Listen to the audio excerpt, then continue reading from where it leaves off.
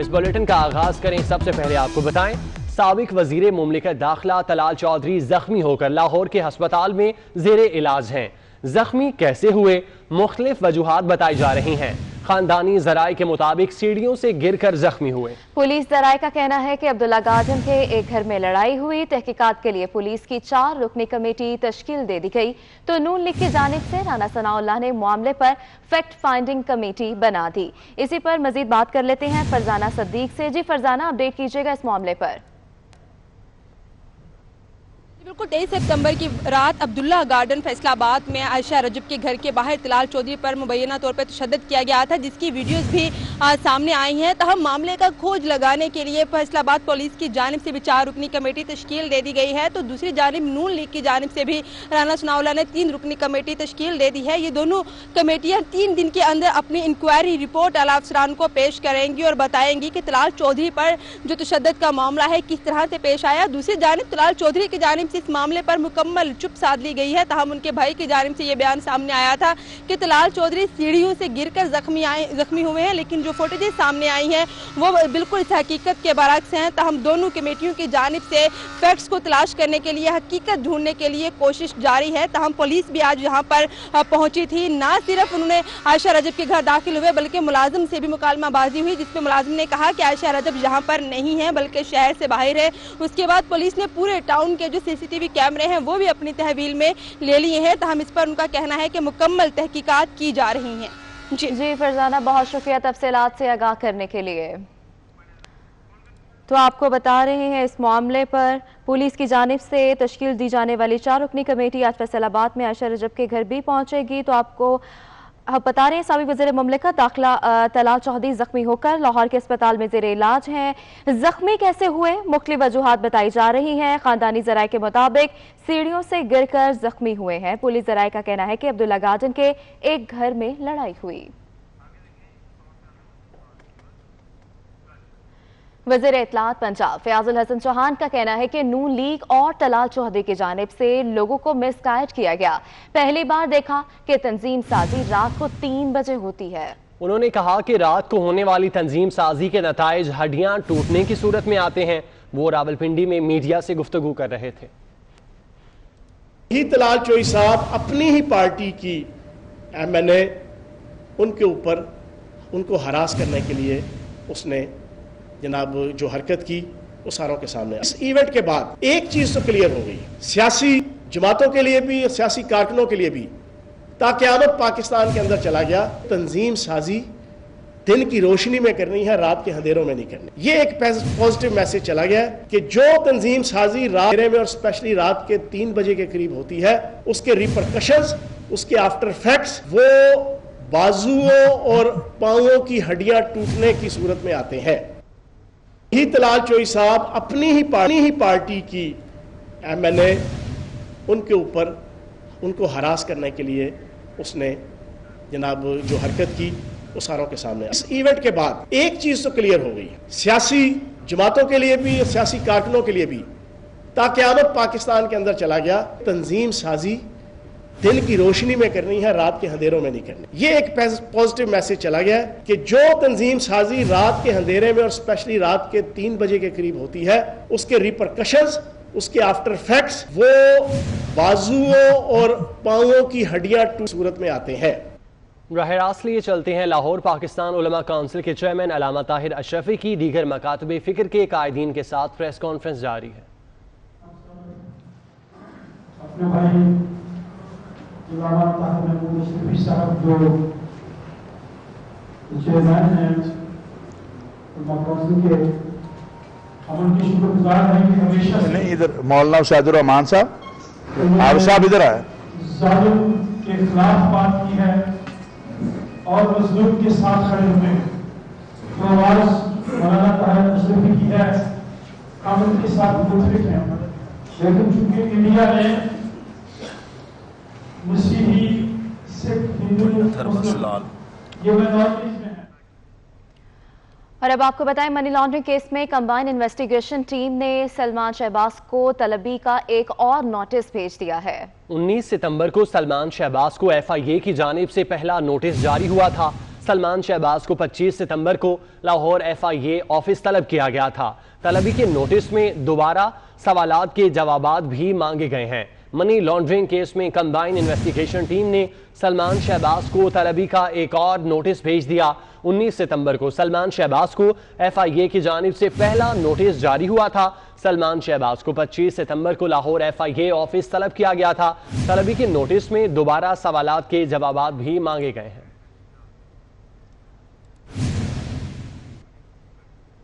Opposition leader Shahbaz شریف نے speaker قومی assembly کا انتخابی اصلاحات کے لیے بلایا گیا اجلاس مسترد کر دیا۔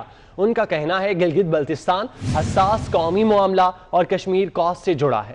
موجودہ حکومت اسے اپنی سیاست کی بھینٹ نہ چڑھائے۔ انہوں نے مزید کہا کہ وفاقی حکومت گلگت میں شفاف اور آزادانہ انتخابات میں رکاوٹ نہ بنے۔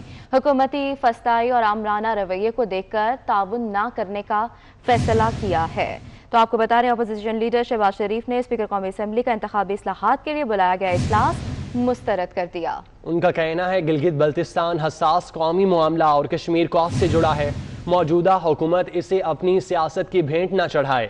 انہوں نے مزید کہا کہ وفاقی حکومت گلگت میں شفاف اور آزادانہ انتخابات میں رکاوٹ نہ بنے۔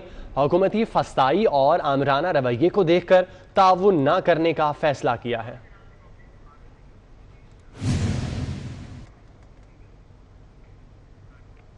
اور مسلم لیگ نون کے MPA میاں جلیل شرکپوری موقف پر ڈٹ گئے۔ کہتے ہیں میاں نواز شریف کے اداروں کے خلاف موقف کی تائید نہیں کر سکتا۔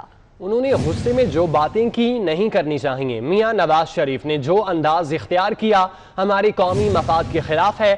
نواز شریف کے خلاف مقدمات جھوٹے ہیں یا سچے، اس کا فیصلہ عدالتوں نے کرنا ہے۔ مسلم لیگ نون کے MPA میاں جلیل شرکپوری اپنے موقف پر ڈٹ گئے۔ ان کا کہنا ہے کہ میاں نواز شریف کے اداروں کے خلاف موقف کی تائید نہیں کر سکتا۔ انہوں نے غصے میں جو باتیں کیں وہ نہیں کرنی چاہیے۔ تو آپ کو بتا رہے ہیں میاں نواز شریف نے جو انداز اختیار کیا ہمارے قومی مفاد کے خلاف ہے، ایسا کہنا تھا انہوں نے کہا کہ نواز شریف کے خلاف مقدمات جھوٹے ہیں یا سچے، اس کا فیصلہ عدالتوں نے کرنا ہے۔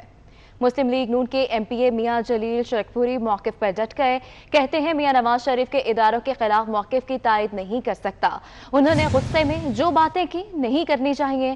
میاں نواز شریف نے جو انداز اختیار کیا ہمارے قومی مفاد کے خلاف ہے۔ نواز شریف کے خلاف مقدمات جھوٹے ہیں یا سچے، اس کا فیصلہ عدالتوں نے کرنا ہے۔ میاں صاحب کی تقریر سے ہمارا دل دکھا ہے، صاحب ہمارا دل دکھا ہے۔ ہمارے قائد سے ایسی کمزور بات نہیں ہونی چاہیے تھی۔ اور پھر جیسا کہ شرکپوری کے دوست سمجھتے ہیں، میں تو عرصہ دراز سے ادارہ دارالاسلام کے پلیٹ فارم سے کام کر رہا ہوں۔ علماء کی بھی اصلاح کرنے کی کوشش کرتے ہیں، مشائخ کی اصلاح کرنے کی کوشش کرتے ہیں۔ دیکھیں بات یہ ہے کہ وہ جب چاہیں گے تو ضرور میں اس وقت جواب عرض کروں گا، لیکن ابھی تک تو مجھے کوئی نوٹس نہیں ملا۔ اور ٹی وی کی نیوز ہے اور رانا ثناء اللہ صاحب قابل احترام ہیں، انہیں بھی جذبات میں آگے کوئی ایسا فیصلہ نہیں کرنا چاہیے۔ بیان دینے کی بجائے پہلے مجھے کال کریں نا جی۔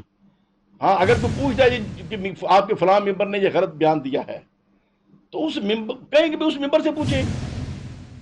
اور ہاں پارٹی نے وضاحت لینی تو اس ممبر کو بلا کے پارٹی کو سے وضاحت لیں۔ میڈیا پہ کیوں ایسی بات کرتے ہیں؟ وہ بڑا ان کا قد ہے، انہیں چھوٹی۔ وزیر اعلیٰ سندھ مراد علی شاہ کا کہنا ہے کہ وزیر اعظم اپنا آئینی کردار ادا کریں، سندھ کے ساتھ زیادتیاں بند کریں۔ PTI اور GDA پیپلز پارٹی کے خلاف سازشیں کر رہی ہے۔ وہ کنکوٹ میں میڈیا سے گفتگو کر رہے تھے۔ تو آپ کو بتا رہے ہیں وزیر اعلیٰ سندھ مراد علی شاہ کا کہنا ہے کہ وزیر اعظم اپنا آئینی کردار ادا کریں، سندھ کے ساتھ زیادتیاں بند کریں۔ PTI اور GDA پیپلز پارٹی کے خلاف سازشیں کر رہے ہیں۔ وہ کنکوٹ میں میڈیا سے گفتگو کر رہے تھے۔